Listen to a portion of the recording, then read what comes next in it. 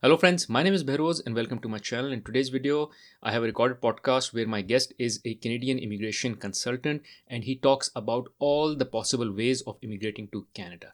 Now, Canadian immigration recently has become very difficult due to number of policy changes by the government and also has become a lot competitive because there are so many people who are applying and trying to immigrate to Canada. So in this particular video, Abdullah Balal, who is an immigration expert, lays down what are the smart ways for you to move to Canada. Now, one important call out, which is in case you want to make use of Abdullah's services with regards to immigration to Canada, you can do so by booking a consultancy call with him using the link that I will leave in the description of this video. Additionally, one last call out, which is in case you find any value from this video, please press the like button as this keeps me motivated and helps me improve the quality and the quantity of content that I post on this channel. And secondly, subscribe to the channel because on this channel I post content pertaining to how you can achieve career success and how you can be financially free and achieve financial success as well. In case these topics are of interest to you, make sure you also subscribe to the channel. Now let's get rolling into the video. Thank you, Abdullah. Thanks for joining and coming again on my channel. And today, the thing that we want to talk about is what are the different pathways for individuals to come to Canada or immigrate to Canada. I've seen over a period of time it is becoming very difficult to come to Canada. It is more challenging. There used to be a time when I would tell people, and I've done it myself as well, just go online, fill in the form, and see if your score is good above 400. If it's above 400, you're pretty good. And I'm talking about like 7 years ago. It used to be even easier back then. And you really don't need a consultant. You can just fill in the form and submit, and there's a good chance you'll get selected. This is how I got selected. I just filled in the form and got a score which was sufficiently good and entered. However, since then, it has become more and more challenging. And every time I'm advising someone to come to Canada, I've started telling them, you know what, you can study everything that you want to study using the material that is available online. However, I highly recommend you go with an immigration consultant who can guide you better. And especially if you are in a situation where your score is not that high, or you are in a situation where you really have questions pertaining to how you go about filling the form, what documents to submit or not. Because in the times when I did it, there was a mistake I did on my form, and they reached out to me, the Canadian authorities, with a letter saying fix this. I don't think that really applies anymore because the amount of competition is so much that they are trying to reduce the number of applicants, rather cut them short, if anything, by shortlisting them on an error. So you don't want to make an error in your application, and hence you need a consultant. Anyways, I'll stop talking, which I usually do more when I'm in these podcasts. I don't want this podcast to be what I have to share. Rather, I want it to be about what you share. But before you go explaining us what are the pathways, can you introduce yourself? Absolutely. Beros, first of all, thank you again for having me on your podcast. It's always a pleasure. And so I've been in this immigration industry for many years now. I was a lawyer in a previous lifetime before I moved to Canada. And since moving to Canada, I always wanted to do something which was related to my background, where I could utilize my skills, my experience. So I was an immigrant myself to this country. I thought, why not help others, on this journey and help them come to Canada. I got licensed as a immigration consultant. I've been in this field for a long time. I've been licensed for about 6, 7 years now, but I've been in this industry for about 8, 9 years. I am what you would call a regulated Canadian immigration consultant, RCIC, which means that we are regulated, we are licensed. We have to go through this process, this very rigorous process to get licensed. And we are legally authorized to assist people for a fee, on their immigration journeys. So, yeah, and that's what I've been doing for the last many years. Got it. Thank you, Abdullah. Abdullah, I do consider you an expert in this area. I know many consultants otherwise as well. And the reason I consider you an expert is because I've used your services myself, and your consultancy, your advice has made wonderful differences in the cases which were related to me, especially with regards to my father, and we've spoken about that. So thank you for that. And that is why I bring you here on the channel as well, because I believe that others can also benefit from your expertise. So now let's get going into the topic itself, which is, can you lay down the different pathways that are available for individuals to move to Canada? And how about you start from the most common or the easiest to the most difficult? And when I say difficult, I don't mean from difficulty level, I mean more which may be slightly uncommon, but may be more relevant for those individuals who are not able to go through the common path. So if you can lay that down and explain to our listeners. Right. So, Beros, the thing is that, first of all, we need to take stock of the situation, as they say, that, things are changing very rapidly in the immigration space, not just in Canada. We see this happening all over the world. I mean, Australia has recently come out with some very, very, drastic changes to their immigration system, especially with regard to international students. And this, we see the same in Canada as well. So, things are changing. And I'm most of I'm assuming that we want to talk more about people who are considering permanent residence in Canada, right? So we are going to limit our conversation to permanent residence streams and applications. But of course, I mean, temporary streams like study permits or work permits, those have been very, very, drastically affected as well. But maybe we can talk about that in another podcast. In terms of permanent residence, I mean, I wouldn't really say that there is any easy pathway available anymore. I mean, it just depends on what your profile is. It depends on what kind of experience you have, what kind of personal factors you have. It just depends on so many things. Like I said, things have changed and continue to change very drastically in this space. In terms of who should be considering immigration to Canada, let's say in 2025 and beyond, I would say that it is very important to see what kind of candidates are being prioritized. Now we know that this is an expression of, well, sort of an expression of interest-based system where you submit your profile and then your profile is ranked given your education, your experience, your age, all of these factors, and then you have to wait to receive an invitation to apply before you can submit an application. So you have to see what kind of candidates are getting these invitations to apply, especially in the last, I would say, 12 to 18 months, up to 2 years.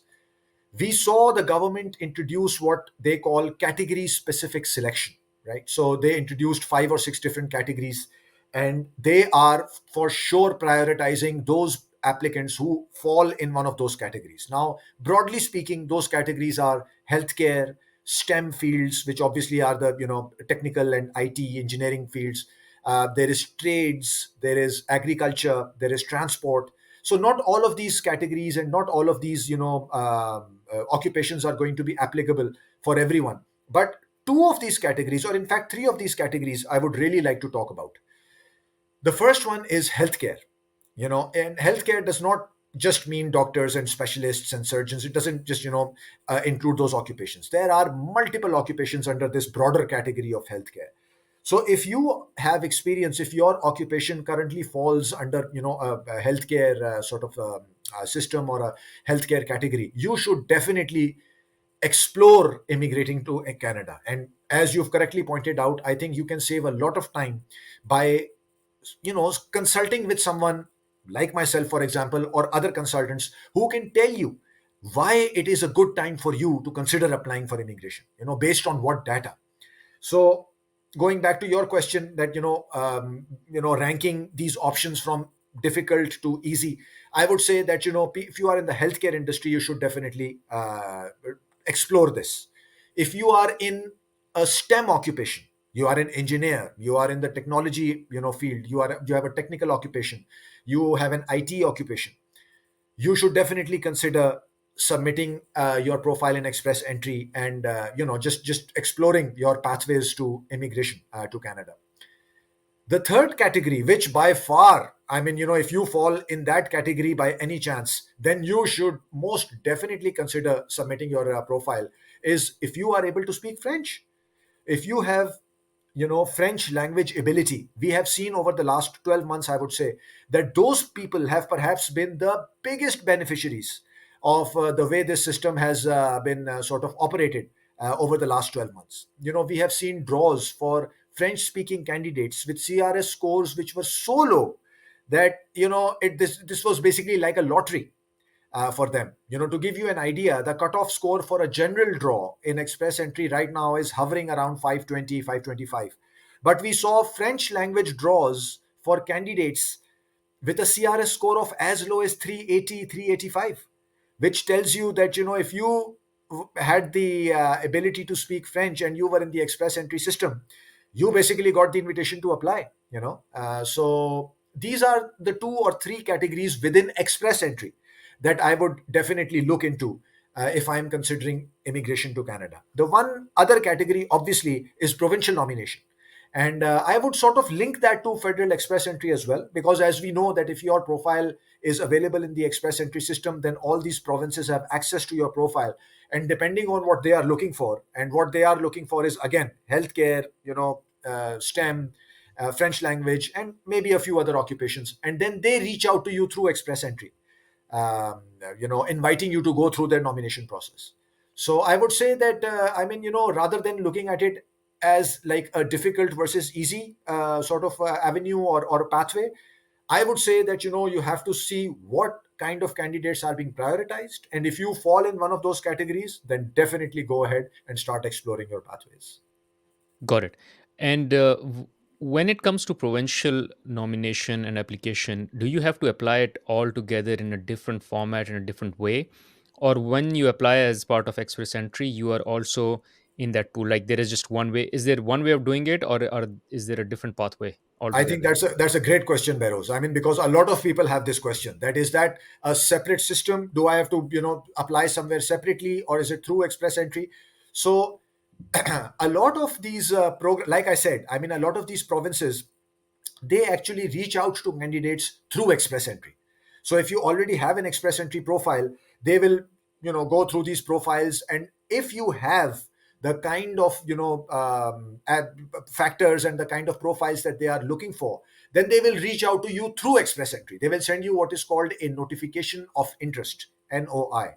And what that is basically telling you that if you go through our nomination process, which is a separate process, right?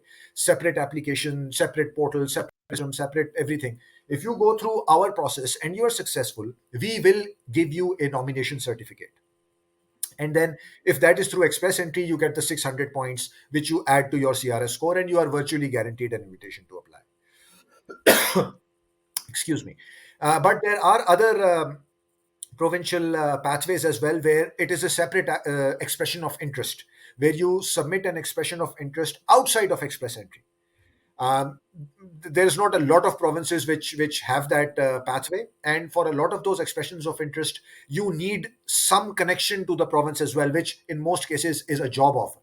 So if you have a job offer in, let's say, Alberta or some other province, there might be Saskatchewan, for example, there might be a system outside of express entry where you can submit an expression of interest and then, get the sort of invitation to apply separately outside of express entry. But by and large, for most people, if you fall in one of these categories that we've just talked about, submit your profile in express entry, and that would be your best bet and best sort of option, moving forward. Got it. Thank you. Second question I have, Abdullah, or maybe third question, is around education. So, if you come for Canadian education, is that of any benefit in terms of your point systems, your anything? So, even if I don't get the PR because my points are low, would education, Canadian education, help me with that? It will, Behrouz. I mean, if you have Canadian education or you have Canadian work experience or you have both, we see that a lot of international students who've come to Canada over the last 5, 6, 7, 8 years, they've completed their education. They are on their what we call a post graduation work permit, or PGWP, which in most cases is issued for 3 years if you have studied in Canada for at least 2 years. Now, keep in mind, before we talk about, the education aspect and how it helps you, a lot has changed just in the last week with regard to how these PGWPs will be issued, and maybe we can talk about that a little as well. But how these PGWPs will be issued, to whom these PGWPs will be issued, what kind of programs are now eligible for a PGWP, what is going to be the length of the PGWP. So, a lot has changed just actually in the last few days. So, anyone who is at this moment contemplating coming to Canada as a student, they need to be very, very mindful of all these changes. That, a lot has changed. So, this will have a direct impact on your strategy. So, we can talk about those changes a little bit later. But going back to your question, yes, if you have Canadian education, you get extra points. If you have Canadian work experience, you get extra points. And in most cases, we see that people have both. They came here as students, they graduated, they got their PGWP, then they, have a year or 2 years worth of Canadian experience under their belt. So that significantly boosts your CRS score. And that is why the CRS score is so high. because you have hundreds of thousands of people in express entry who came to Canada as students, who now have 1 or 2 or maybe 3 years of work experience under their belt, and they are the ones who are pushing up this score, the CRS score in express entry. That is the reason why the score is so high. So yes, there is enormous benefit to you if you come to Canada as a student. But like I said, this has to be part of a broader strategy. You cannot just blindly come to Canada, that I'm just going to go there as a student, I'm going to study whatever, wherever, in whichever province my friend lives in, or my family lives in, or I just want to go to Toronto. You can't do that anymore. You have to have a strategy, and you have to keep an eye out for all these, like what is changing in this space, because a lot has changed. And I have a feeling that the government is not done yet. We are going to see even more changes in a few weeks. Maybe November 1st is a very important date. That is when the immigration minister is going to announce what we call levels plan. So for example, what the quotas are going to be, how many permanent residents are going to be accepted, and how many permanent residents are going to be accepted in each category, skilled workers or spouses or parents, grandparents, refugees, all of that. So that's a very, very important date coming just in a few weeks. So yes, it can help you, as long as you have your strategy. It's a very well thought of and well thought out strategy. Got it. When you say changes, I mean you mean negatively impacting the students for that matter. Uh, so if can you give me? You said we can talk about the changes. Maybe we can talk about it now. Can you give me one or two major changes that have happened which have negatively impacted? And if that is the case, what do you mean, or by if you can share an example when you say have a broader strategy? So give me an example of what it means, so I can relate to that point. Absolutely. So, Behrouz, what happened in the last, I would say, 5, 6 years, 7 years, that we saw an explosion in the number of international students in Canada. And worryingly, I would say worryingly, an overwhelming majority of these students, they were coming to Canada for these 1 or 2 year certificate diploma programs. So this was not an increase, or the most of this increase was not in universities. It was not for 4 year bachelor programs. It was not for master's degrees or PhDs.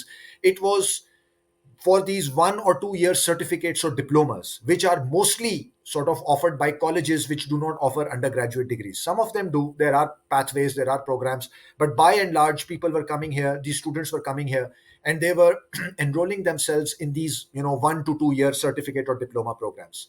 Now, the idea was to study in Canada for at least 2 years, because as the rules stood at that time, if you study in Canada, or if you had studied in Canada for 2 years, you would end up getting a 3 year post graduation work permit, which obviously is what everyone wanted. You want to give yourself the maximum amount of time to stay in Canada, to work, to transition to permanent residence.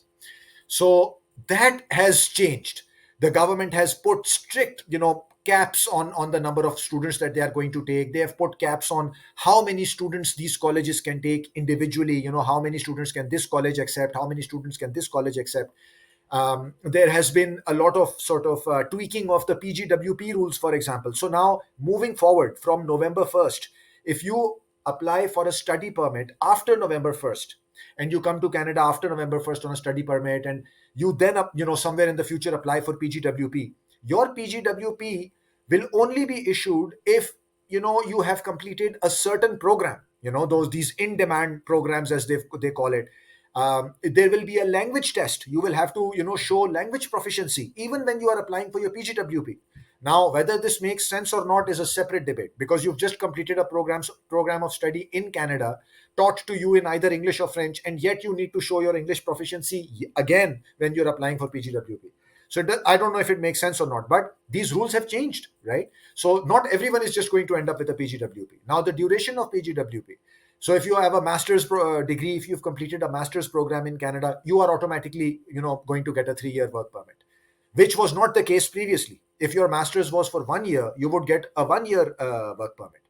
So now, so what they are doing is they are trying to make people think of going for these undergraduate degrees, 4 year undergraduate degrees, or if you already have an undergraduate degree, then rather than going for a postgraduate certificate or a diploma, think about maybe completing a master's degree from Canada.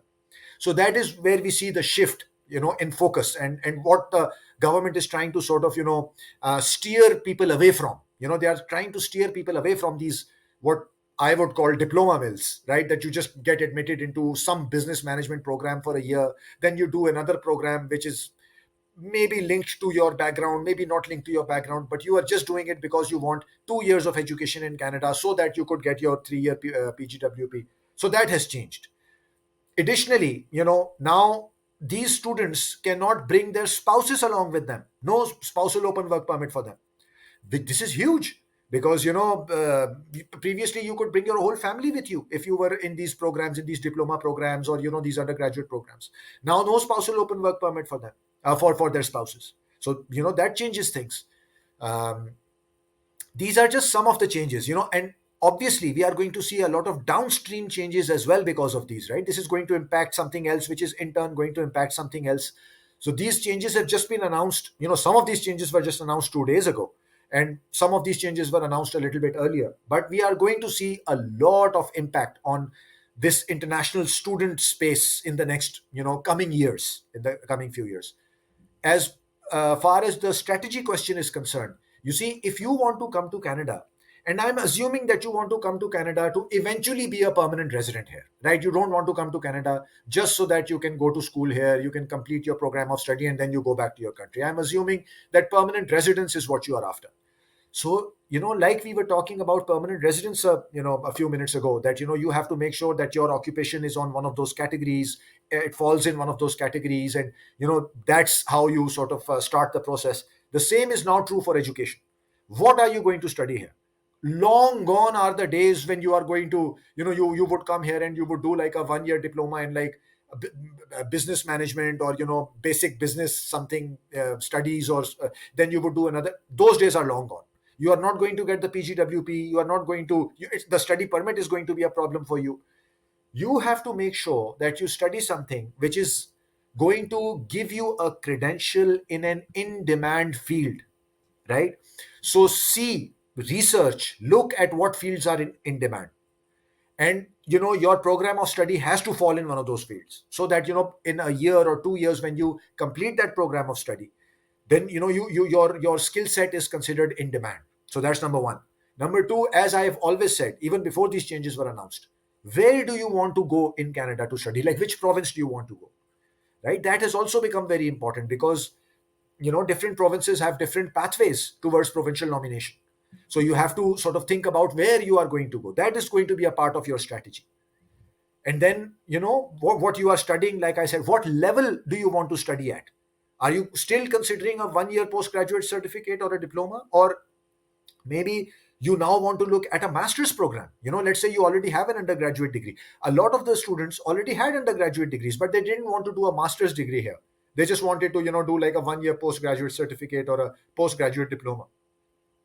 Maybe this is the time for you to now maybe think of going to graduate school, maybe enroll in a master's degree, so that you get all those benefits of like a 3 year PGWP, and other pathways open up for you. So your strategy is now it has to comprise all these things, and you absolutely should talk about your strategy with someone who can tell you these things, who can guide you, who can sort of look at what you already have, what you've already completed, and then based on that can formulate a strategy for you. Correct. Thank you. Very clear. Abdullah, similar question for work permits. So, for instance, if you already have a work offer from Canada, does that remarkably changes the landscape with regards to you getting the residency, or no? It's not given. Like if I have a job offer, would I should I assume that it's given? And second, would you advise someone coming on a visit visa looking for a job here, assuming that having a job offer is a positive or not? So if you can just shed some light on that. Yeah, so I will straight off the bat, Beros, I will divide this into two different categories. So let's talk about someone who already has a job offer, right? You have a job offer. Now that job offer can be one of two different categories. It can be an LMIA based job offer, or it can be an LMIA exempt job offer, right? So let's say there is so a lot of my clients, let's say from India, for example, they are what we call intra-company transferees. So they are working for a company in India. That company also has some presence here in North America, in Canada, and within that company, they are moved from India to Canada, right? So these are what we call intra-company transferees. Now, an intra-company transferee or ICT does not need an LMIA. Okay, so it's an LMIA exempt work permit. For these people, the benefit will not be immediate. The benefit will come a year after they've come to Canada. So once they have 1 year of work experience in Canada, they will then be able to claim the extra 50 points for having a job offer in Canada. Obviously, there is other criteria as well, but the benefit will come a year after they've come to Canada and they have 1 year of experience in Canada on that work permit, the LMIA exempt work permit. And then obviously, after they've worked in Canada for 1 year, they become eligible for Canada Experience class. They get extra points for having that 1 year of work experience in Canada. So their situation improves drastically. Now, for someone who has an LMIA based work permit, right? Somebody who has an LMIA based job offer, they come to Canada on a work permit, they can claim the 50 points immediately. They don't have to wait for 1 year. So depending on what your situation is, that can be the difference. Maybe you are already sitting at 470, 480, 460, and you have that job offer. So then you add the 50 points. Now you are at 510, 515, and you might actually get the invitation to apply straight away, right? So that is one difference. What I would say is nothing is given anymore, Behroz, in Canadian immigration. There are no guarantees, nothing is given. Everything is changing very, very quickly. And you just have to sort of like us, you have to have a strategy for everything. Um, I actually, I got an email from someone just yesterday who saw one of our videos the other day, and he is going to be in Canada on an intra-company transfer work permit early next year. And he said that, I want to schedule a consultation with you, and I want to talk about my PR options now. I haven't even left India. I haven't even left my home country. I'm not in Canada yet. I'll be here in January. But my ICT has been approved. But I want to start this planning process now. That is what you need to do. You cannot procrastinate. You cannot put this off. You have to start planning as soon as possible, because obviously things can change in a year. I'm not saying that things will not change, but at least you know what the general plan is, what the general direction is. So nothing is given anymore. There are no guarantees, but yes, certain things, if you have, like for example, an LMIA based work permit or even an LMIA exempt work permit, then you are on the right path, right? You are going to end up getting a lot of bonus points either straight away or a year down the road. With regard to the visitor visa and coming to Canada and looking for a job, there are no secrets here, Behroz. I mean, that was just a backdoor, Canadian work permits and permanent residence, right? You know, and I know how difficult it is to find a job in Canada. Now, if you tell me that you are here on a visitor visa and you start applying for jobs, that you have something which is so special that an employer is going to extend a job offer to you when you don't even have valid working authorization in Canada, like what makes you so special, right? So that is, we know what that is. It's a marketplace for people to sell LMIAs and convince people to what we call conversion. That you can convert your visit visa to a work permit. There is no conversion. That's a separate thing. Visit visa is a separate thing. Up until a few months ago, you could actually apply for a work permit from inside Canada if you were here as a visitor and you had a job offer. So you didn't have to leave Canada. Before this policy change was announced, you could only apply for a work permit from outside of Canada. Or what some of your viewers might know, what people used to do was what is called the process of flag polling. That you go down to the land border, you temporarily leave Canada, and then you turn around, and present yourself, and you submit an application for a work permit. So that's basically called flag polling. But even that has become very problematic. So now that policy has ended. You cannot apply for a work permit from inside Canada if you are here on a visitor visa and you have a job. The application has to be made as if it's being made from outside of Canada. So there is no, I would say process or, pros and cons. I mean, that was always people selling you LMIAs, selling you, these work permits, not work permits, but the opportunity to get a work permit. And you came here on a visit visa, you paid tens of thousands of dollars to someone who arranged an LMIA for you, and then who took you down to the border to flagpole and get the work permit. And that is how you were, getting a work permit. Yes, if you are able to get it, then obviously, you can use 50 points straight away in express entry. Depending on what kind of a job it was, that might help you towards a provincial nomination, depending on what kind of a job it was. But that door has effectively been, shut, I would say, because there is a lot of crackdown on people now who, apply for work permits at the border and who have previously entered Canada on visitor visas. There's a lot more scrutiny, and in any case, you cannot apply for a work permit from inside Canada anymore. So I think that has that tide has sort of passed us. But if you are able to get it, yes, then like I said, you claim the 50 points and you are on some sort of a pathway towards permanent residence. Got it, Abdullah. Thank you. Last question I have, which is can money help? Which is, can I buy my way into Canadian PR?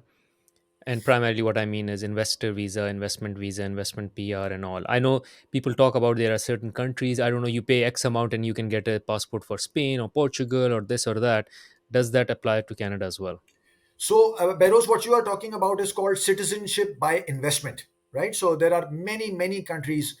We know the Caribbean countries are probably the trendsetters in that, space where they sell their passports for an X amount of, money or a fee.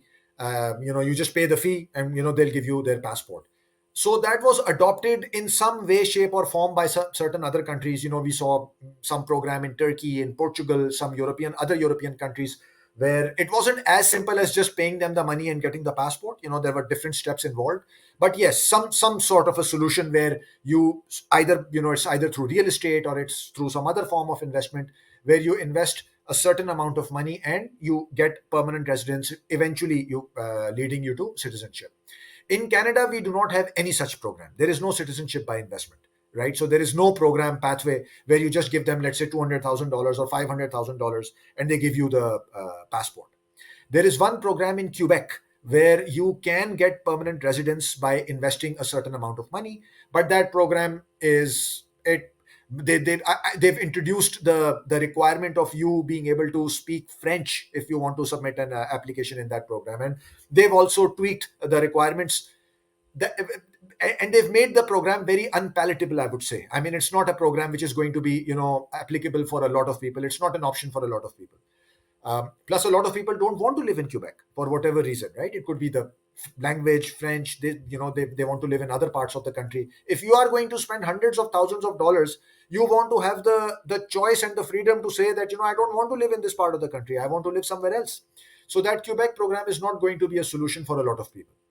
Other than that, yes, there are certain programs in Canada where you can buy a business or go through the process and eventually apply for permanent residence. There are certain provincial programs. We have what is called a startup visa program, which basically is this is a separate podcast in and of itself of what the startup visa program is. But technically, yes, if you are able to get the support of a designated entity here in Canada, then you could potentially be on your pathway towards permanent residence. So there are certain options, but I those options are they take too much time, they are very expensive, and there is a lot of uncertainty in those programs. So I cannot, guarantee anything to you. I cannot say that, okay, Beros, if you, invest $300,000, you will get permanent residence 3 years from now, right? There is a lot of different steps in between which you have to go through, jump through hoops and, satisfy criteria and this and that. But for the right person, for the right kind of profile, that might be an option. But those programs need to be revised and overhauled absolutely if Canada wants to attract entrepreneurs and investors to the country. Got it. Thank you, Abdullah. That was all I wanted to know from you. This was amazing. Thanks for all the information and knowledge that you always share when you come on the channel. And we'll bring you again for further discussions, deep diving into things like startup visa and all. But till then, again, thanks for your time. Thank you very much, Bairoz. It was my pleasure. Thank you.